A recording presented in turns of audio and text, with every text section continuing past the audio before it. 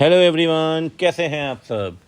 तो rapid revision एओ के अंदर अब हम स्टार्ट कर रहे हैं अगला चैप्टर, और अगला चैप्टर है शेयर एंड शेयर कैपिटल का। देखिए, बहुत लेंदी चैप्टर इस बार मैंने पिक किया आप सबके लिए रैपिड रिवीजन में, जिसके सेक्शंस हैं करीब 43 से लेकर 72 तक शेयर एंड शेयर कैपिटल के सेक्शंस हैं। तो बिना कोई देरी के शुरू करते हैं भाई। शेयर एंड शेयर कैपिटल क्या कहता है आप देखिए, सबसे पहले शेयर की डेफिनेशन से शुरू करते हैं। शेयर की डेफिनेशन है 2 clause 84 के अंदर, जो कहती है शेयर का मतलब है share in the share capital of the company and includes stock. मतलब हर किसी कैपिटल के पार्ट को आप शेयर मानेंगे और स्टॉक को हमेशा शेयर का ही पार्ट माना जाएगा। As far as stock is concern, stock को बोलते हैं bundle of shares. Section number 1 43 कहता है जी शेयर कितने तरह के होते हैं। तो शेयर होते हैं दो तरह के, एक प्रेफरेंस शेयर, एक इक्विटी शेयर। प्रेफरेंस शेयर को प्रेफरेंस क्यों बोलते हैं? क्योंकि उसमें प्रेफरेंस मिलती है। एक तो डिविडेंड बांटते वक्त, और दूसरा जब कैपिटल को आप रीपे करते हैं वाइंडिंग अप में तब। इक्विटी का मतलब है जो प्रेफरेंस नहीं है, ठीक है ना। इक्विटी शेयर दो टाइप के होते हैं, एक विद डिफरेंशियल वोटिंग राइट, एक विद इक्वल वोटिंग राइट। देखें, जहाँ तक डिफरेंशियल राइट्स की बात है तो डिफरेंशियल राइट वाले शेयर इशू करने के लिए कुछ कंडीशंस आपको माननी पड़ेंगी। पहली कंडीशन है आर्टिकल की ऑथराइजेशन चाहिए, दूसरा है ऑर्डिनरी रिजोल्यूशन चाहिए, जनरल मीटिंग में अनलिस्टेड कंपनी के केस में, और अगर लिस्टेड कंपनी ने पोस्टल बैलेट में ओआर पास करेंगे। तीसरी बात है, जो भी डिफरेंशियल राइट वाले शेयर हैं उसके जो वोटिंग पावर हैं वो मैक्सिमम 74% होंगे टोटल वोटिंग पावर के। तो टोटल वोटिंग पावर के मैक्सिमम 74%। और चौथी बात ध्यान रखिए, 3 तरह के बैन हैं। 3 तरह के बैन आपको फेस करने पड़ेंगे अगर आप डीवीआर इशू करना चाहते हैं। कब? एक बैन है 3 साल का। अगर आपने फाइनेंशियल स्टेटमेंट या एनुअल रिटर्न्स को फाइल नहीं किया तो 3 साल का बैन लग जाएगा आपके ऊपर। या फिर अगर आपने डिपॉजिट रीपे नहीं किए, डिपॉजिट पे इंटरेस्ट नहीं दिया, डिविडेंड नहीं दिया, डिवेंचर नहीं, आपने डिवेंचर पे इंटरेस्ट नहीं दिया, तो इन केस में आप पे बैन लगेगा 5 साल का। और अगर आपने एम्प्लॉय का पैसा नहीं दिया, आपने आईपीएफ में पैसा जमा नहीं किया, आपने टर्म लोन नहीं दिया, आपने टर्म लोन पे इंटरेस्ट नहीं दिया, या प्रेफरेंस शेयर का डिविडेंड नहीं दिया, तो जीवन भर का बैन है। 3 तरह के बैन फेस करने पड़ेंगे, 3 साल का बैन, 5 साल का बैन और लाइफ टाइम बैन, ठीक है। अब आगे बढ़ते हैं जी। अगला सेक्शन है 44 कहता है जी, जहाँ तक 44 की बात है कि शेयर जो है वो मूवेबल प्रॉपर्टी है। शेयर्स आर मूवेबल प्रॉपर्टी, और वो उस तरीके से ट्रांसफर होंगे जैसा कि आर्टिकल बोलेगा, ठीक है ना। और 45 की बात करें तो 45 कहता है कि हर शेयर का डिस्टिंक्टिव नंबर होगा, सिर्फ वो शेयर छोड़ के जो डीमैट फॉर्म में है, मतलब जो डिपॉजिटरी सिस्टम में होते हैं उसको छोड़कर बाकी सबका डीमैट फॉर्म, बाकी सबका डिस्टिंक्टिव नंबर होगा।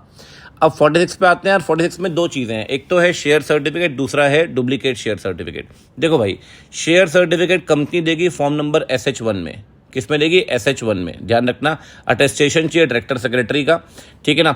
एक बात ध्यान रखिए, शेयर सर्टिफिकेट वैलिड एविडेंस होगा इस बात का कि आपके पास ओनरशिप है शेयर्स की, ठीक है। और जिस दिन अगर आपके सब्सक्राइबर्स हैं तो जिस दिन कंपनी बनेगी आपको 2 महीने के अंदर शेयर सर्टिफिकेट मिल जाएगा। और अगर अलॉटमेंट होता है शेयर्स का तो जिस दिन अलॉटमेंट होगा उसके 2 महीने के अंदर शेयर सर्टिफिकेट मिल जाएगा, ठीक है ना। ये टाइम पीरियड है। अब बात करते हैं डुप्लीकेट की। आपका ओरिजिनल शेयर सर्टिफिकेट गुम चुका है, डिस्ट्रॉय हो चुका है, या है लेकिन म्यूटिलेट हो चुका है, खराब हो चुका है, टेम्पर्ड हो चुका है। अगर वो गुम चुका है तो आपको 4 चीज़ें प्रोवाइड करनी पड़ेंगी कंपनी को। एक तो प्रॉपर एविडेंस, एक इंडेमनिटी बॉन्ड, एक फीस आपसे चार्ज करेगी कंपनी, मैक्सिमम 50 रुपये पर डुप्लीकेट शेयर सर्टिफिकेट, और बोर्ड की अप्रूवल ज़रूरी है। अगर शेयर सर्टिफिकेट है लेकिन ख़राब हो चुका है तो उसे आप सरेंडर कर दें, ना वहाँ पे एविडेंस देना पड़ेगा, ना इंडेमनिटी बॉन्ड देना पड़ेगा। आप सरेंडर कर दें, 50 रुपये तक की फीस दें, बोर्ड की अप्रूवल, तो उस केस में आपको डुप्लीकेट शेयर सर्टिफिकेट मिल जाएगा। डुप्लीकेट शेयर सर्टिफिकेट SH2 में होगा, और जो शेयर सर्टिफिकेट है फॉर्म नंबर SH1 में होगा, ध्यान रखिए। ऑथेंटिकेशन सेम होगा डायरेक्टर सेक्रेटरी वाला। जहाँ तक डुप्लीकेट शेयर सर्टिफिकेट की बात है, लिस्टेड कंपनी में आपको मिलेगा 45 दिन का डुप्लीकेट, और अनलिस्टेड कंपनी में 3 महीने के अंदर, ठीक है ना। डुप्लीकेट शेयर सर्टिफिकेट में हमेशा ये बात लिखी होगी कि डुप्लीकेट शेयर सर्टिफिकेट और original share certificate this and this इस नंबर की जगह पे इशू किया गया है। ये बात प्रिंट करिए या स्टैम्प करिए, लेकिन लिखना ज़रूरी है। ये हो गया जी आपका 46। अब आते हैं जी 47 में। 47 बात करता है वोटिंग राइट्स की, ठीक है ना। वोटिंग राइट्स देखो, इक्विटी शेयर होल्डर हर GM में हर मैटर के लिए वोट कर सकता है, लेकिन प्रेफरेंस जनरली वोट नहीं कर सकता। प्रेफरेंस वोट करेगा सिर्फ 2 केस में, अगर उसका 2 साल का डिविडेंड बाकी है, कोई भी aggregate period of 2 years he can vote. दूसरी बात ध्यान रखिए, अगर कोई भी मैटर प्रेफरेंस का इंटरेस्ट अफेक्ट करेगा तो preference can vote, otherwise preference can not vote, ठीक है ना। अब बात करते हैं 48 की। 48 कहता है जी कंपनी ना अगर शेयर होल्डर के राइट वेरिएट करना चाहे तो कर सकती है, उसके लिए या तो मेमोरेंडम परमिट करेगा या आर्टिकल, दोनों में से कोई भी परमिट करेगा। आप शेयर होल्डर के राइट वेरिएट कर लो, या तो आप एसआर पास करो, या उन शेयर होल्डर से पूछो जिनके पास 3/4 ऑफ शेयर्स हैं, या तो एसआर या शेयर जिनके पास 3/4 है उनसे पूछो। आप शेयर होल्डर के राइट वेरिएट करो, कोई दिक्कत नहीं है। जो शेयर होल्डर एग्रीव्ड होंगे, अगर उनके पास 10% शेयर होल्डिंग है, उन शेयर्स की इनके राइट वेरिएट किए गए हैं, उनकी 10% शेयर होल्डिंग है, तो अगले 21 दिन में एनसीएलटी के पास जाएंगे। एनसीएलटी दोनों पार्टीज की बात सुनेगा। जब तक मैटर एनसीएलटी में होगा, ध्यान रखिए, वो वेरिएशन इफेक्टिव नहीं होगा। तो एक बार मैटर एनसीएलटी का पास हो जाएगा, एनसीएलटी अपना डिसीजन दे देगा, अगले 30 दिन में उसे आप आरओसी के पास फाइल कर दें। लेकिन जब तक मैटर एनसीएलटी में पेंडिंग है, वेरिएशन इफेक्टिव होने वाला है नहीं। ये हो गया जी 48 में। सेक्शन वाइज चल रहा हूँ, ध्यान रखना इसमें, ठीक है ना, सेक्शन वाइज। तो 49 की बात करते हैं अब। 49 कहता है जी, जो भी शेयर सेम क्लास के हैं ना, आप उसे सेम तरीके से कॉल करिए, ठीक है ना। सेम क्लास के शेयर तब मानेंगे जब उनकी नॉमिनल वैल्यू भी सेम है और पेड अप वैल्यू भी सेम है। अगर दो शेयर की पेड अप वैल्यू सेम है तो उन्हें एक तरीके से कॉल करिए, अलग अलग तरीके से कॉल नहीं कर सकते आप। सेक्शन 50 कहता है कॉल्स इन एडवांस को लेकर, कहता है अगर आर्टिकल परमिट करेगा तो आप कॉल्स इन एडवांस ले सकते हैं। पैसा आपने कॉल नहीं किया फिर भी कोई पे करना चाहता है तो ले सकते हैं, कोई दिक्कत नहीं है। लेकिन 2-3 बातें ध्यान रखिए। पहली बात, जब तक वो कॉल ड्यू नहीं होगी उस पर्सन को वोटिंग राइट नहीं मिलेगा। जब तक कॉल ड्यू नहीं होगी उसको वहाँ डिविडेंड नहीं मिलेगा। जब तक कॉल ड्यू नहीं होगी, ध्यान रखिए, उसको वहाँ पर उस सिचुएशन में शेयर होल्डर वाले राइट नहीं मिलेंगे। लेकिन उसे एक चीज़ मिल सकती है, वो है इंटरेस्ट। इंटरेस्ट मिलेगा उस रेट से जो आर्टिकल में लिखा हुआ है, मैक्सिमम 12%, मैक्सिमम 12% पर एनम।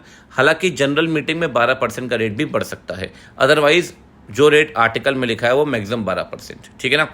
अब आते हैं जी अगला सेक्शन 51 कहता है सर, कंपनी अगर डिविडेंड को पेडअप के प्रोपोर्शन में देना चाहे तो दे सकती है। भाई जितना पेडअप आपने दिया होगा शेयर होल्डर ने उतना डिविडेंड मिलेगा। ज़्यादा पेडअप ज़्यादा डिविडेंड, कम पेडअप कम डिविडेंड, तो अटैच कर सकते हैं डिविडेंड को पेडअप अमाउंट के साथ, अगर आर्टिकल बोलेगा तब।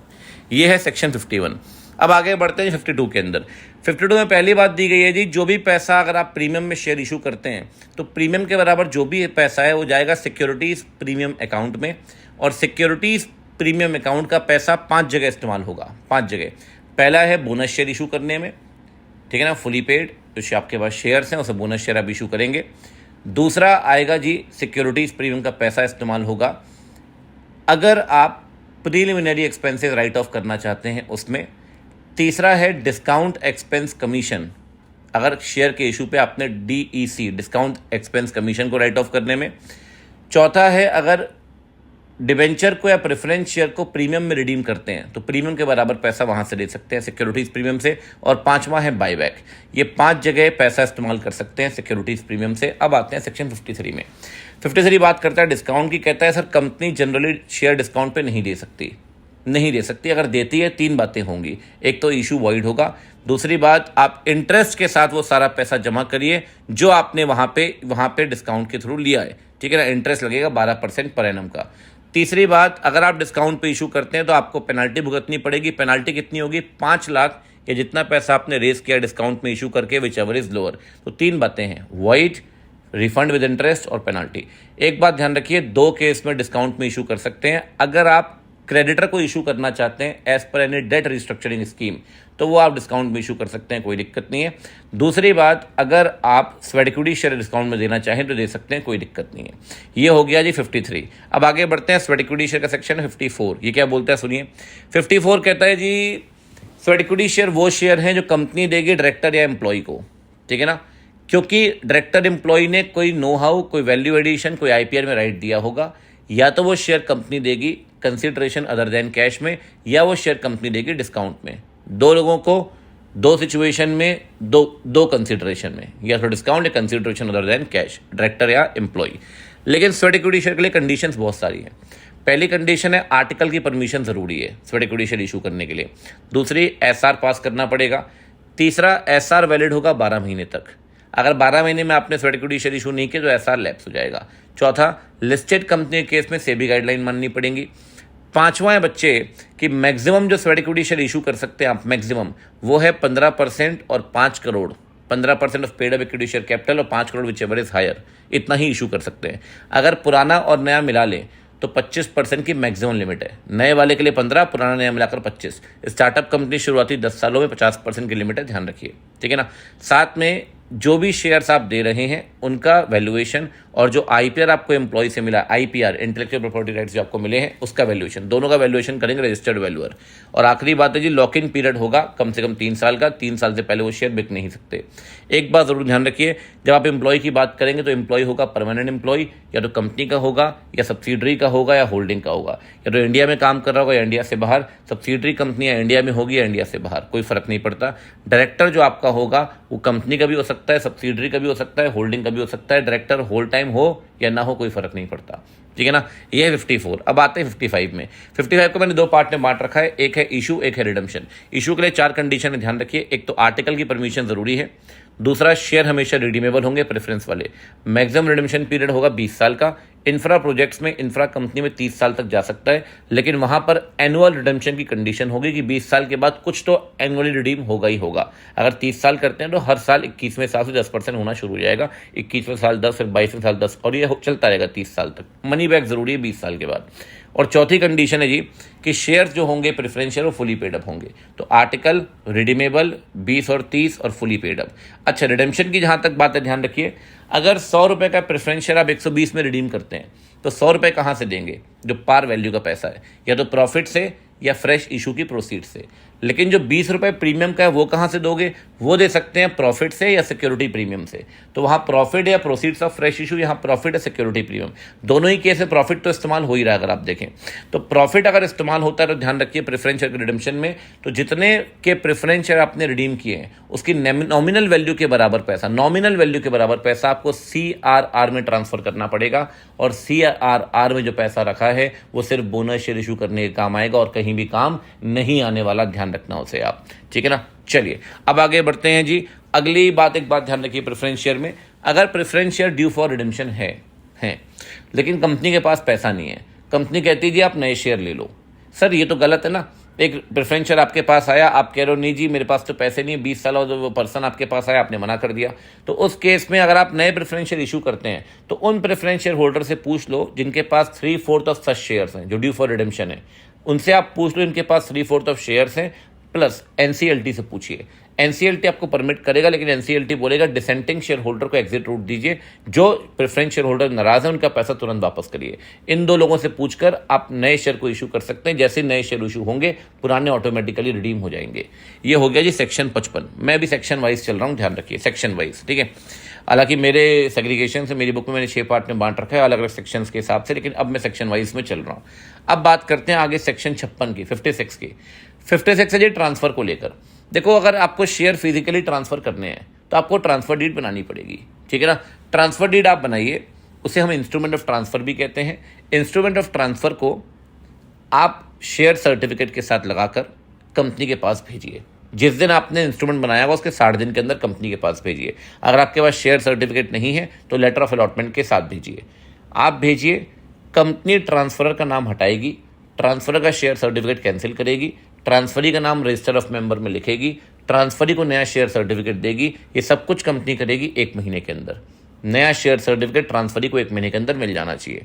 एक बात ध्यान रखिए, अगर डॉक्यूमेंट ट्रांसफरर ने दिए हैं, ट्रांसफरर ने, और शेयर पार्टली पेड अप है, तो कंपनी सीधे रजिस्ट्रेशन नहीं करेगी। कंपनी एक नोटिस देगी ट्रांसफरी को कि भाई आपके नाम पे partly paid up share transfer होना है, आप देख लीजिए। ट्रांसफरी 2 हफ्ते के अंदर ऑब्जेक्शन रेज करेगा 14 डेज में। अगर नहीं कर पाया तो उसके साइलेंस को एक्सेप्टेंस मान लेंगे, ठीक है ना।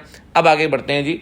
एक बात और ध्यान रखिए 56 के अंदर, 56 के अंदर, कि अगर डॉक्यूमेंट लॉस्ट हो गया, डिले इन ट्रांजिट हो गए, तो उसके बाद भी ट्रांसफरी कह रहा है जी मेरे को रजिस्ट्रेशन करवा दो, तो उस केस में कंपनी रजिस्ट्रेशन करेगी on the terms of indemnity bond sign करके आप कंपनी को दीजिए। तो गुमे हुए डॉक्यूमेंट्स के केस में भी आपका ट्रांसफर रजिस्टर हो जाएगा। ये करना पड़ेगा ट्रांसफरी को। अब जी आगे बढ़ते हैं 57 के अंदर। देखो जी 57 कहता है कि अगर आप झूठ बोलकर अपने आप को ओनर बताते हैं या झूठ बोलकर किसी के शेयर बेचने तक आप पैसे कमा पाएं तो उसे बोलते हैं पर्सोनेशन। उस केस में आपको पेनाल्टी भुगतनी पड़ेगी, ध्यान रखिए। अगर आप ऐसा करते हैं तो 57 की पेनाल्टी आपके ऊपर लगेगी। 57 की पेनाल्टी कहती है जी आपको ऐसा करना नहीं, अगर आपने ऐसा किया तो पेनाल्टी आपको फेस करनी पड़ेगी। उसके लिए जेल भी है, उसके लिए फाइन भी है। और मैंने आपसे पहले भी कई बार कहा कि पेनाल्टी की बात हम इकट्ठा बाद में कर लेंगे, उसमें कोई दिक्कत नहीं है, ठीक है जी। ये हो गया 57। अब बात करते हैं 58। 58 बहुत इंपॉर्टेंट सेक्शन है, ध्यान रखिए। 58 कहता है जी अगर कंपनी आपका ट्रांसफ़र या ट्रांसमिशन रजिस्टर नहीं करना चाहती तो कंपनी आपको नोटिस दे देगी 30 दिन के अंदर। उसे बोलेंगे नोटिस ऑफ रिफ्यूज़ल, नॉर बोलता हूँ मैं शॉर्ट में। कंपनी नॉर दे देगी 30 दिन के अंदर। अगर आपको लगता है आप डिससेटिस्फाइड हैं, आप एनसीएलटी के पास जाइए। एनसीएलटी दोनों पार्टी का पक्ष सुनेगी और एनसीएलटी को ऐसा लगता है कंपनी ने गलत किया है तो एनसीएलटी कंपनी से बोलेगी भाई उनके ट्रांसफ़र ट्रांसमिशन को रजिस्टर करो, उनके रजिस्टर ऑफ मेंबर को रेक्टिफाई करो और उनके डैमेज को कंपेंसेट करो। 3 बातें, रजिस्ट्रेशन करिए, रेक्टिफिकेशन करिए आरओएम का और डैमेजेस पे करिए। जो भी कुछ करना है 10 दिन के अंदर करिए, विद इन 10 डेज आपको करना ही पड़ेगा। एनसीएलटी बोलेगा, नहीं करेगा तो पेनल्टी लगेगी, ठीक है। एक बात और ध्यान रखिए, आप एनसीएलटी के पास कब तक जाएंगे? प्राइवेट कंपनी के केस में अगर नॉर मिला तो नॉर मिलने के 30 दिन के अंदर, और नॉर नहीं मिला तो जिस दिन आपने डॉक्यूमेंट जमा किए थे उसके 60 दिन के अंदर। तो 30 दिन नॉर मिलने के और नॉर नहीं मिलने के 60 दिन के अंदर। प्राइवेट कंपनी में 30-60 की लिमिट है, पब्लिक में यही लिमिट 60-90 हो जाएगी। नॉर मिलने के 60 दिन के अंदर, नॉर नहीं मिला तो जिस दिन आपने डॉक्यूमेंट जमा किया उसके 90 दिन के अंदर। तो 30-60 प्राइवेट में, 60-90 पब्लिक के अंदर, ठीक है। अब आगे बढ़ते हैं जी, अगला देखिए। अगला है जी, इसके बाद आ गया 59 कहता है जी 2 तरह के डिफ़ॉल्ट हो सकते हैं।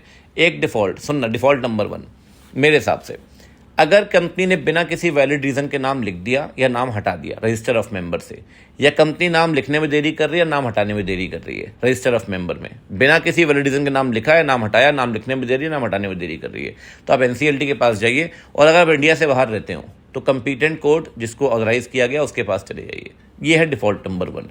डिफ़ॉल्ट नंबर 2, अगर ट्रांसफ़र के वक्त कंपनीज एक्ट को नहीं माना गया, सेबी को नहीं माना गया, एससीआरए को नहीं माना गया, या किसी भी एक्ट को, फॉर एग्जांपल डिपॉजिटरीज एक्ट को नहीं माना गया, इन 4 में से किसी भी लॉ को नहीं माना गया, तो ध्यान रखिए एनसीएलटी के पास जा सकते हैं आप।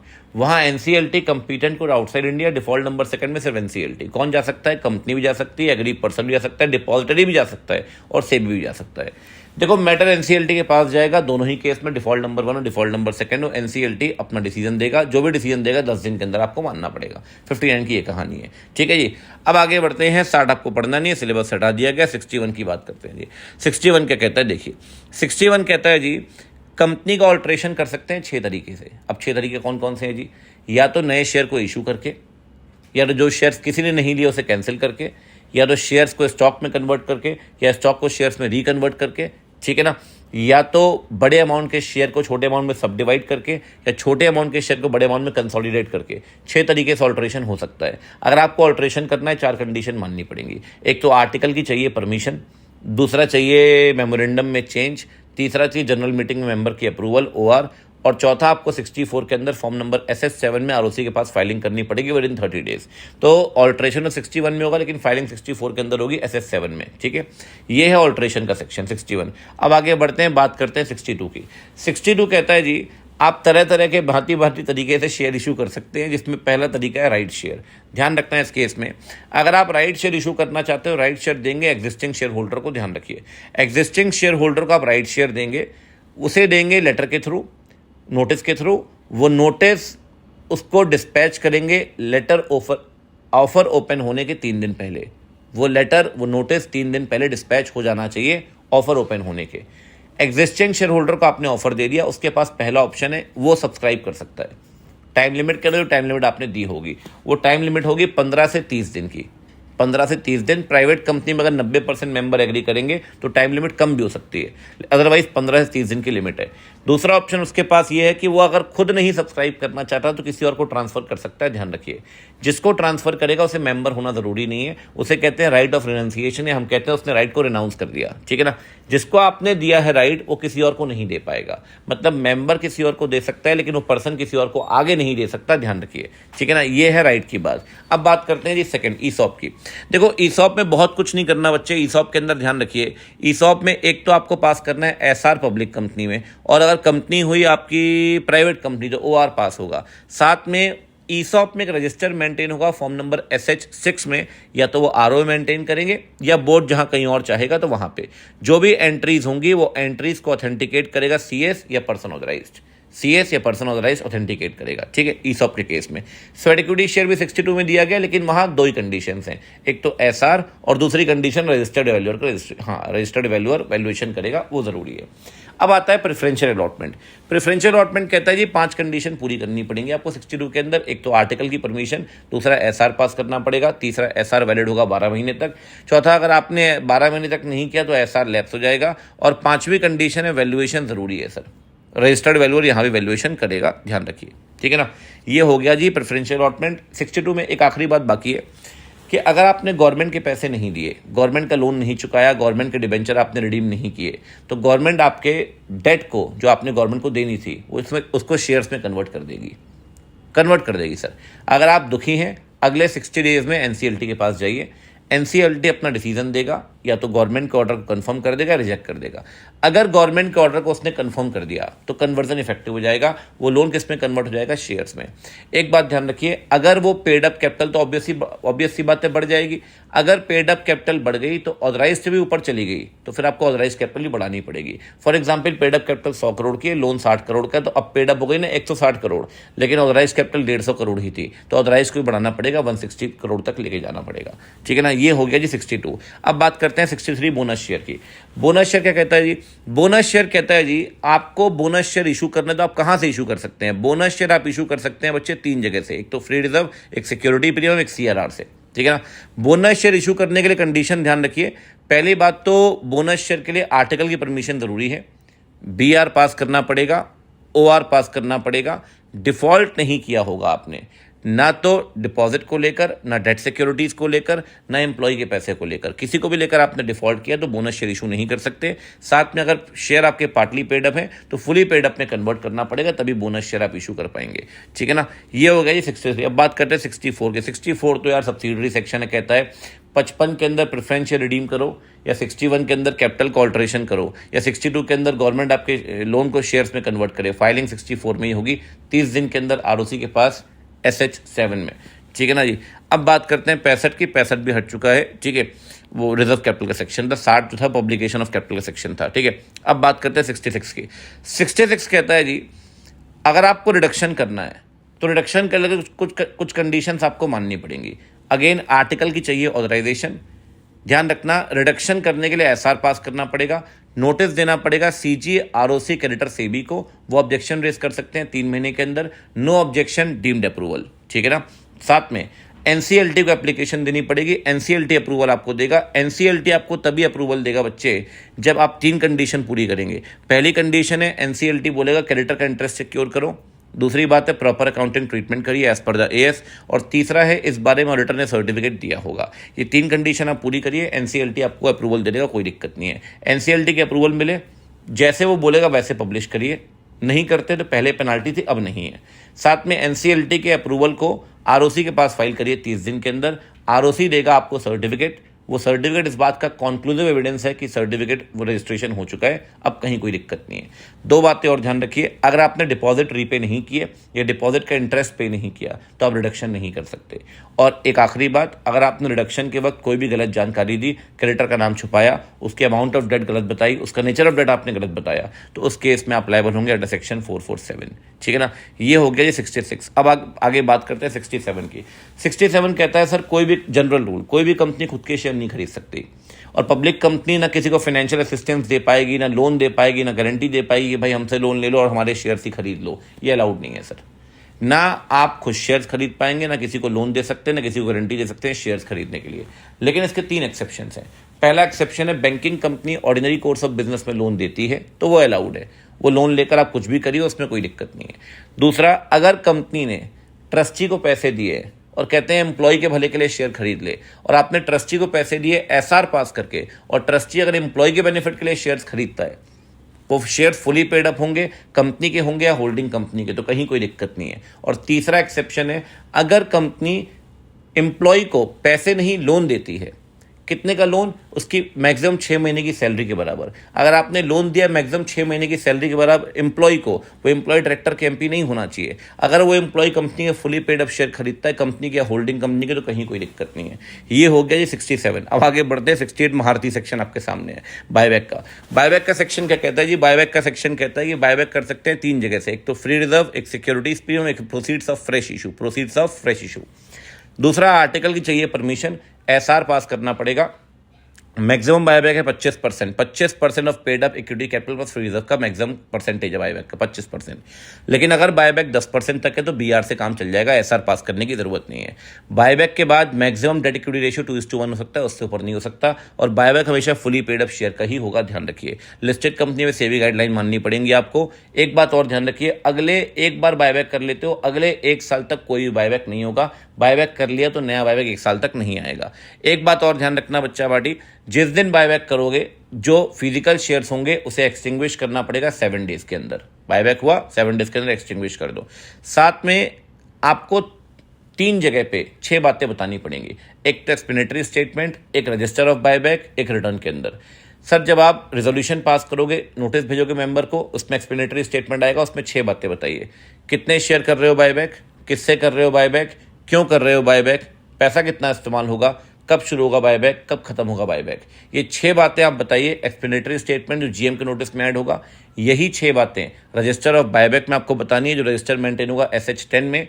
यही 6 बातें आपको रिटर्न ऑफ बायबैक में बतानी है, जो रिटर्न ऑफ बायबैक फाइल होगा आरओसी के पास फॉर्म नंबर SH11 में। यही 6 बातें रजिस्टर में, यही 6 बातें रिटर्न में, यही 6 बातें एक्सप्लेनेटरी स्टेटमेंट में, ठीक है ना। तो एक बात और ध्यान रखिए, जो आप रिटर्न फाइल करते हैं SH11 में, उसके साथ एक SH15 के अंदर सर्टिफिकेट भी देना पड़ता है कि आपने सारे कंप्लायंसेस किए हैं। तो SH11 में रिटर्न जाता है, साथ में सर्टिफिकेट जाता है SH15 में। और यहाँ जो भी अटेस्टेशन करना है वो करेंगे 2 डायरेक्टर, जिसमें से 1 शैल बी MD होगा, ठीक है ना। 2 डायरेक्टर 1 शैल बी MD, चाहे सर्टिफिकेट हो चाहे कुछ भी हो, अटेस्टेशन इनका ही ज़रूरी है। साथ में बायबैक के लिए एक लेटर ऑफ ऑफर ज़रूरी है। वो लेटर ऑफ ऑफर पहले आप ROC को देंगे SH8 में। जब आप ROC को दे दोगे, उसे साइन करेगा 2 director 1 shall be MD, same है। अगले 20 दिन में शेयर होल्डर को देंगे। शेयर होल्डर को आप, हाँ बिल्कुल अगले 20 दिन में देंगे। शेयर होल्डर के पास ऑप्शन रहेगा, शेयर होल्डर उसे सब्सक्राइब कर सकता है उस ऑफर के लिए, ठीक है ना। अगली बात ध्यान रखिए कि जब आप बायबैक करते हैं बच्चा पार्टी, तो लेटर ऑफ ऑफर के साथ एक चीज़ और लगानी पड़ती है SH9 में, उसे बोलते हैं डिक्लेरेशन ऑफ सॉल्वेंसी।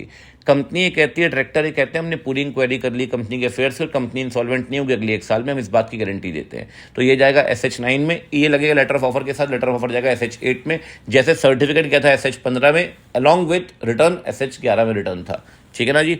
आगे बढ़ते हैं, चलिए। जिन शेयर्स को आपने बायबैक किया वो अगले 6 महीने तक इशू नहीं हो सकते, 6 महीने तक इशू नहीं हो सकते। लेकिन 6 केस में 6 महीने वाली कंडीशन नहीं लगेगी। एक तो बोनस शेयर, एक आपका स्वेट इक्विटी, एक ESOP, एक conversion of share warrant into shares, conversion of debentures, conversion of preference shares. In 6 case में 6 महीने वाली कंडीशन नहीं लगेगी, ध्यान रखिए। साथ में अगर आप नहीं मानते बायबैक के 68 को, तो पेनाल्टी है 1 से 3 लाख की, चाहे कंपनी हो या ऑफिसर, पेनाल्टी 1 से 3 लाख की है, कॉमन कर दी गई है, कुछ टाइम पहले अमेंड कर दिया गया था। एक बात और ध्यान रखिए, 69 सेक्शन कहता है जी, अगर आपने फ्री रिजर्व या सिक्योरिटी प्रीमियम को इस्तेमाल किया बायबैक करने में, तो आपको CRR क्रिएट करना पड़ेगा, और CRR क्रिएट होगा अगेन बोनस शेयर को इशू करने में काम आएगा। अब बात करते हैं 70 की। 70 का जो सेक्शन कहता है प्रोविजन ऑन बायबैक, कहता है जी आप बायबैक नहीं कर सकते 7 केस में। अगर आपने डिपॉजिट नहीं रीपे किया, आपने डिपॉजिट का इंटरेस्ट नहीं दिया, आपने डिवेंचर नहीं दिया, आपने प्रेफरेंस शेयर नहीं दिया, आपने डिविडेंड नहीं दिया, या आपने लोन नहीं दिया, लोन पर इंटरेस्ट नहीं दिया, तो आप बायबैक नहीं कर सकते। कहता है एक बार ये डिफॉल्ट ठीक कर दो, 3 साल कंप्लीट कर लो, बैन हट जाएगा, कहीं कोई दिक्कत नहीं। तो बैन लगेगा 3 साल तक रेक्टिफिकेशन से। अगला सेक्शन है जी, अगला डिफॉल्ट है जी बैन 2। बैन 2 में डिफॉल्ट है, अगर आप 4 में से किसी भी सेक्शन का डिफॉल्ट करते हैं तो बैन लग जाएगा आपके ऊपर। एक है 92, एक है 123, 127, 129, 92, 123, 127, 129 का अगर आप कोई भी डिफॉल्ट करते हैं तो आप बायबैक नहीं कर सकते। अब बात करते हैं जी, 2 ही सेक्शन बाकी है। 72 आपको पढ़ना नहीं, नॉमिनेशन ऑफ शेयर्स का। आखिरी सेक्शन शेयर कैपिटल का 71 क्या कहता है, देखिए जी। 71 डिवेंचर का सेक्शन है। डिवेंचर का सेक्शन कहता है सर आप डिवेंचर कन्वर्टिबल दे सकते हैं, नॉन कन्वर्टिबल दे सकते हैं, कोई दिक्कत नहीं है। अगर आप कन्वर्टिबल डिवेंचर देना चाहते हैं तो आपको SR पास करना पड़ेगा। साथ में SR कन्वर्टेबल डिवेंचर के लिए। सिक्योर्ड डिवेंचर के लिए कुछ कंडीशंस पूरी करनी पड़ेंगी। सिक्योर्ड के लिए 4 कंडीशंस है। पहला, रिडेम्पशन पीरियड मैक्सिमम 10 साल का, इंफ्रा में 30 साल हो जाएगा। यहाँ 10 और 30 है, प्रेफरेंस 20 और 30 था, ठीक है ना। चार्ज जितने का डिवेंचर है और जितने का इंटरेस्ट है, दोनों को मिलाकर कम से कम आपको वैल्यू वहाँ पे मॉर्टगेज रखनी पड़ेगी, चार्ज में रखनी पड़ेगी, चाहे वो कंपनी की एसेट हो, चाहे एसोसिएट की हो, चाहे सब्सिडरी की, चाहे होल्डिंग की, किसी चारों में से किसी भी कंपनी की एसेट हो, इतने अमाउंट की एसेट तो रखनी पड़ेगी कि डिवेंचर भी रिडीम हो जाए और इंटरेस्ट भी पे हो जाए। साथ में अगर आप पब्लिक को ऑफर देते हैं या आप मेंबर एक्सीडिंग 500 का ऑफर देते हैं डिवेंचर का, तो आपको डिवेंचर ट्रस्टी अपॉइंट करना पड़ेगा। और डिवेंचर ट्रस्टी अपॉइंट करोगे तो ट्रस्ट डीड भी साइन करोगे, ट्रस्ट डीड साइन करेंगे 60 डेज के अंदर। तो 4 कंडीशंस हैं, maximum retention period, charge, debenture trustee, trust deed. अब बात करते हैं डिवेंचर ट्रस्टी की डिटेल में। डिवेंचर ट्रस्टी अपॉइंट कब होगा? पब्लिक इशू मेंबर एक्सीडिंग 500, उसका नाम प्रोस्पेक्टस ऑफर लेटर में होना चाहिए।